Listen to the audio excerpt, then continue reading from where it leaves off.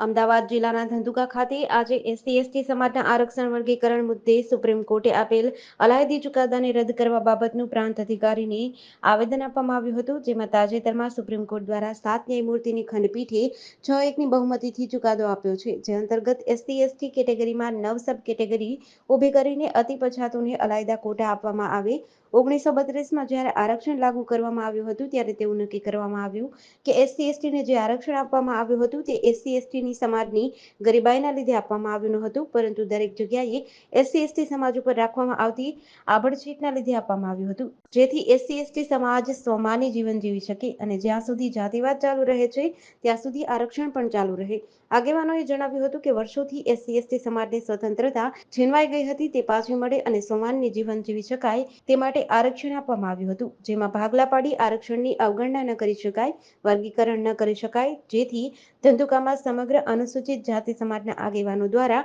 પ્રાંત અધિકારી વતી મુખ્યમંત્રીને આવેદન આપી આ ચુકાદાને રદ કરવામાં આવે તેનો સખત વિરોધ કર્યો હતો। જેડીસી ન્યૂઝ સાથે CK બારોટ, ધંધુકા।